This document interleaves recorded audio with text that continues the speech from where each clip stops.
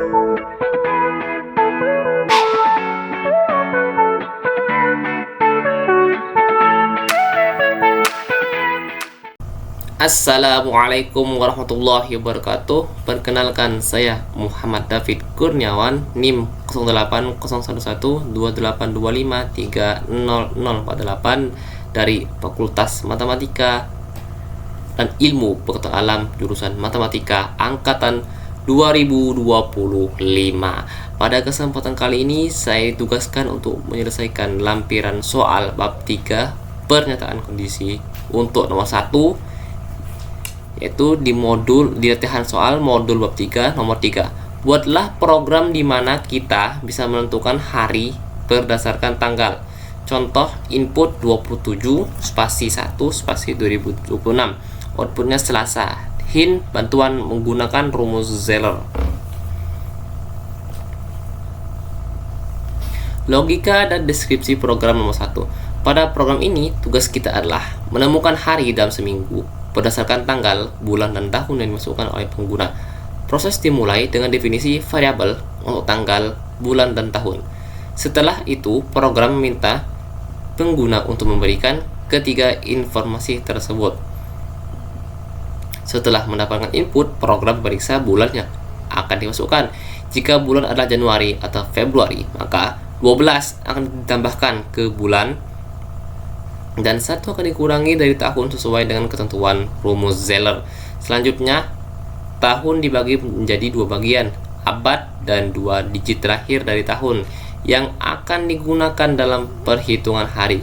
Program menghitung nilai hari berdasarkan rumus Zeller yang menghasilkan angka antara 0 hingga 6. Angka tersebut menunjukkan hari tertentu dalam seminggu. Untuk menampilkan hasil program, kita memakai struktur switch case untuk mengubah angka dari perhitungan menjadi nama hari dalam bahasa Indonesia dan kemudian menampilkannya di layar sebagai keluaran atau hasil. Flowchart nomor 1 dimulai dari start, itu oval. Arus selanjutnya input tanggal, bulan, dan tahun. Masuk ke kondisi jika bulan kurang dari 3, apabila true, maka bulan baru sama dengan bulan lama ditambah 12 dan tahun yang baru adalah tahun dikurangi 1. Jika false, selanjutnya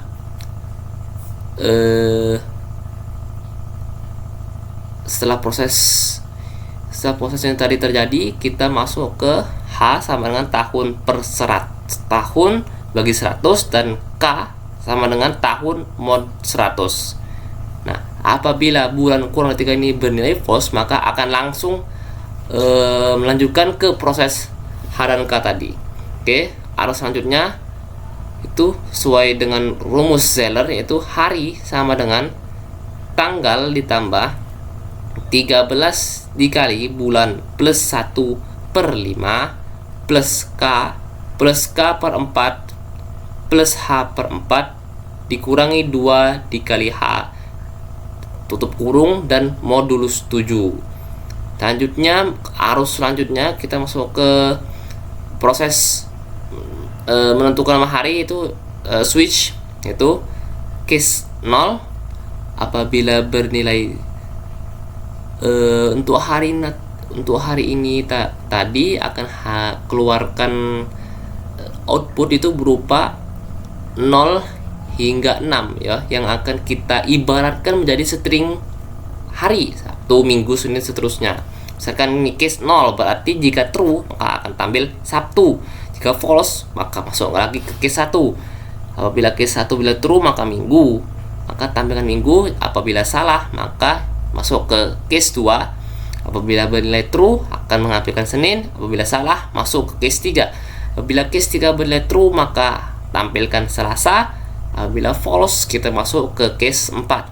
Apabila case 4 ini bernilai true maka akan tampil hari Rabu, dan apabila false akan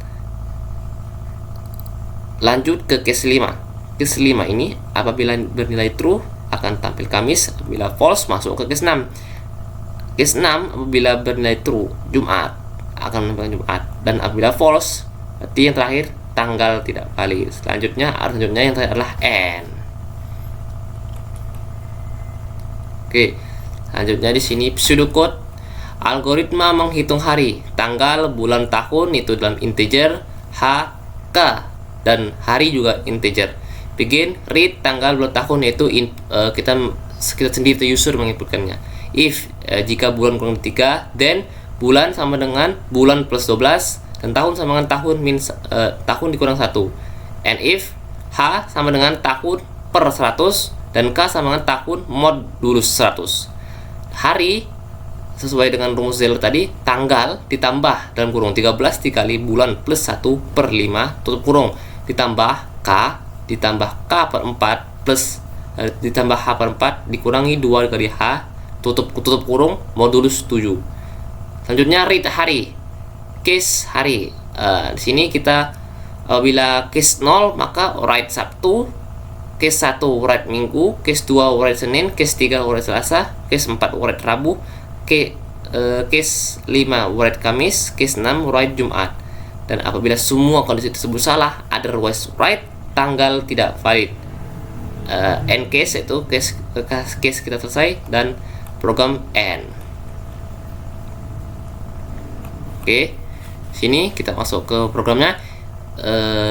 Include IOStream itu kita agar dapat meletakkan kode program di file header iostream.h yaitu berupa cin, cout, dan endline itu using namespace std itu agar kita dapat menggunakan semua fungsi utama yang telah ada di dalam library namespace std. Integer main yaitu tempat penulisan blok program dibuka dan ditutup dengan kurung kerawal ya sini. Tentunya integer itu tipe data tampilan bulat int tanggal, bulan, tahun, titik koma. Cout sini stringnya masukkan tanggal, bulan, tahun. Oke, seidnya sini tanggal, bulan, tahun, titik koma.